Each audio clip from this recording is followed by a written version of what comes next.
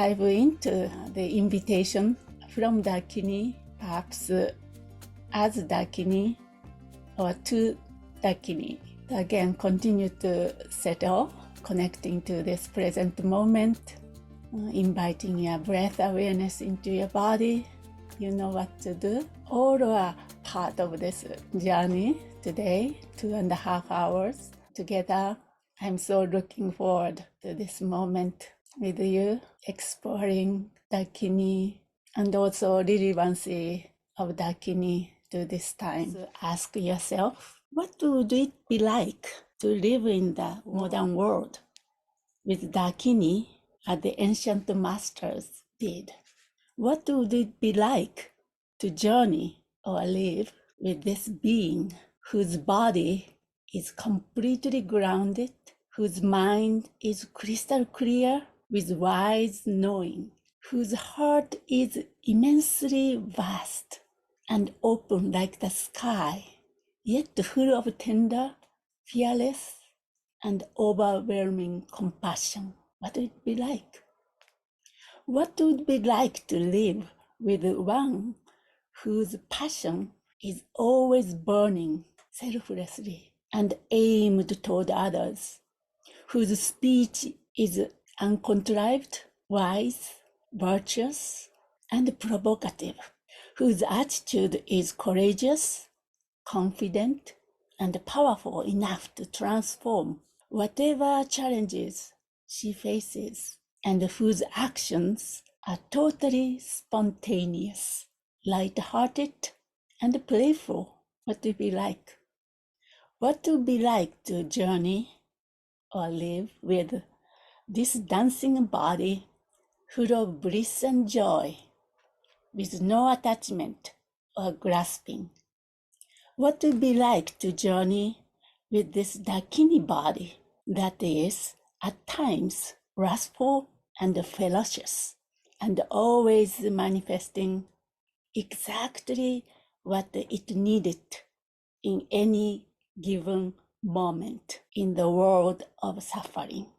Then, what would it be like to discover these Dakini qualities within you and to travel your own awakening journey as an expression of the complete embodiment of compassion and wisdom?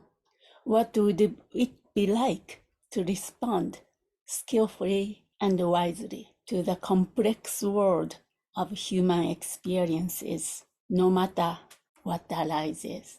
And so, dear friend, are you curious about this too?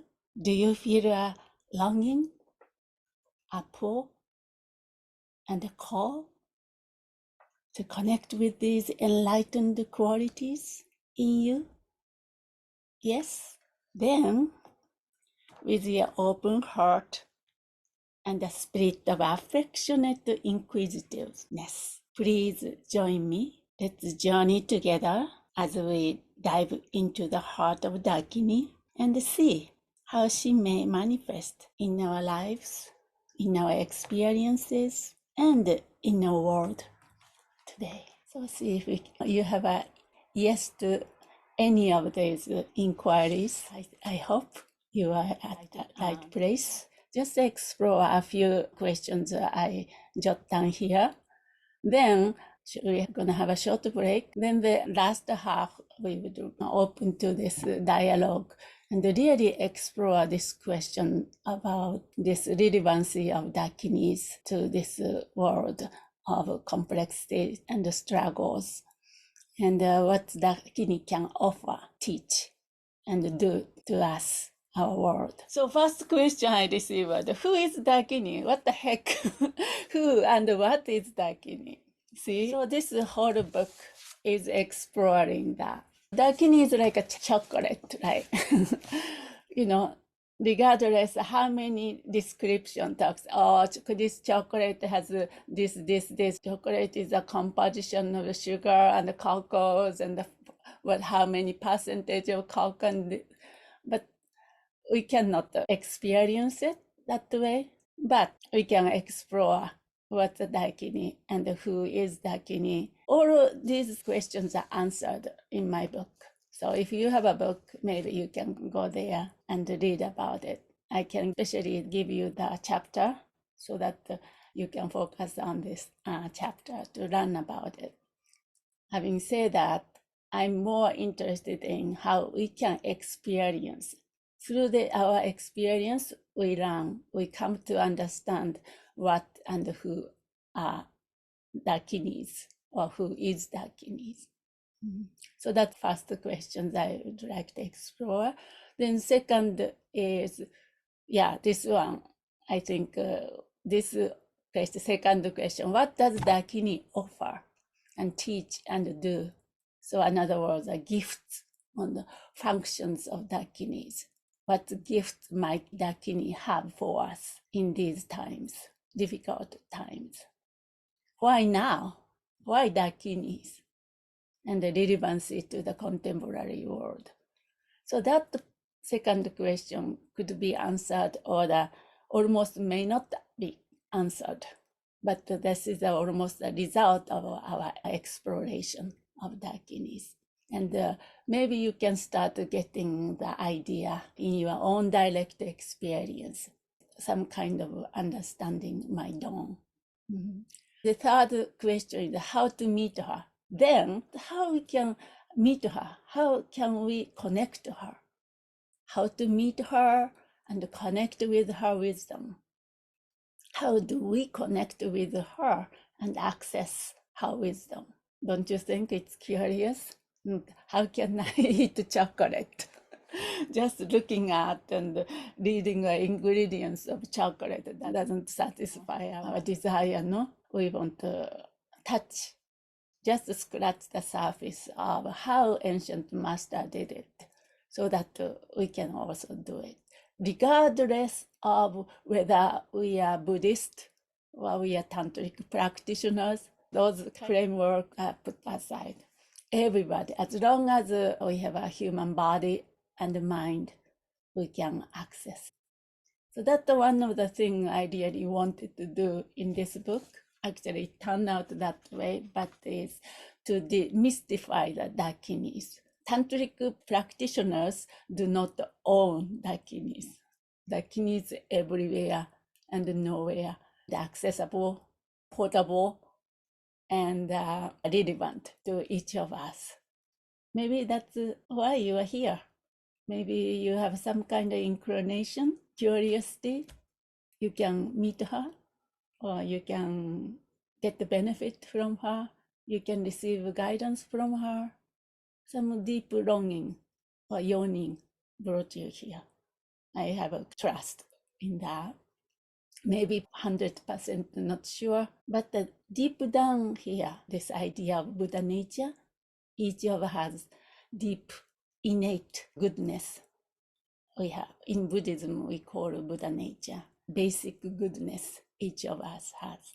That's kind of pulling us to perhaps to this moment to explore Dakini, awakened embodiment of that Buddha nature. That number 3, we might be able to explore a little bit. That's the view part, that's the first part. Then practice. Then question arises, what is Dakini practice? What kind of practice we can do? Or how does it help to transform our intense feeling onto the path? This is the kind of transformation question and the practice question. How does Dakini practice help us to turn and face our intense feelings, anxiety, or uncertainty, fear, and despair, and use them for our practice as a fuel? So that's the fourth question. Then last question, then maybe you might have more questions, but last one a student addressed was, what is elemental Dakinis, or how to access them? In this book, I explore the Dakini through the lens of element. For example, 5 elements. We consist of 5 elements, and everything, so-called phenomena, consists of a 5 element.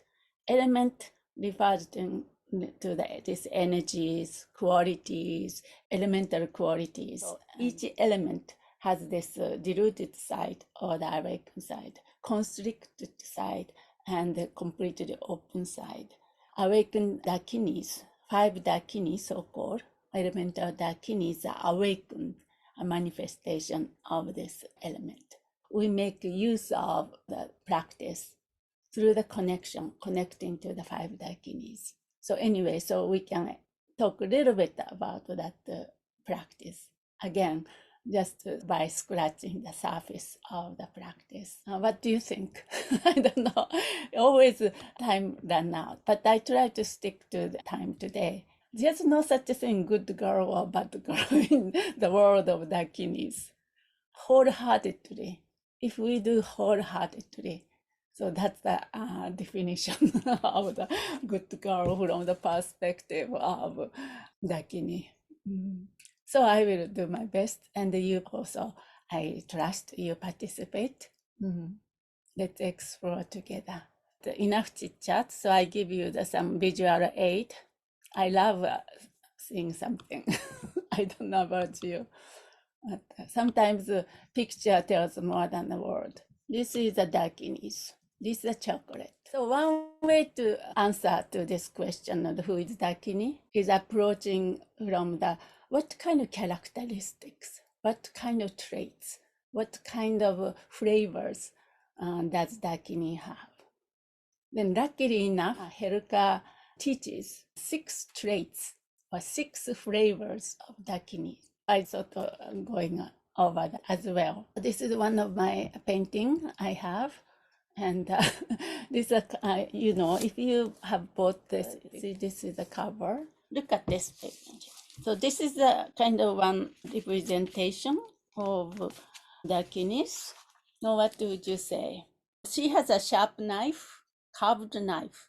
With her sharp knife of brilliant wisdom, Dakini cuts through the obscurations and the confusion that habitually hook us and direct our energies. All are symbol, this Dakini carved knife cut through. How about her naked body? With her naked body of honesty, rawness, and authenticity, she introduces us to a fresh way of looking at reality and the self. See, when we look at this kind of naked body, it shocks us, no? But she teaches through her naked body, with her active body of unbearable compassion. She's dancing, she's climbing up the sky. See, look at her leg.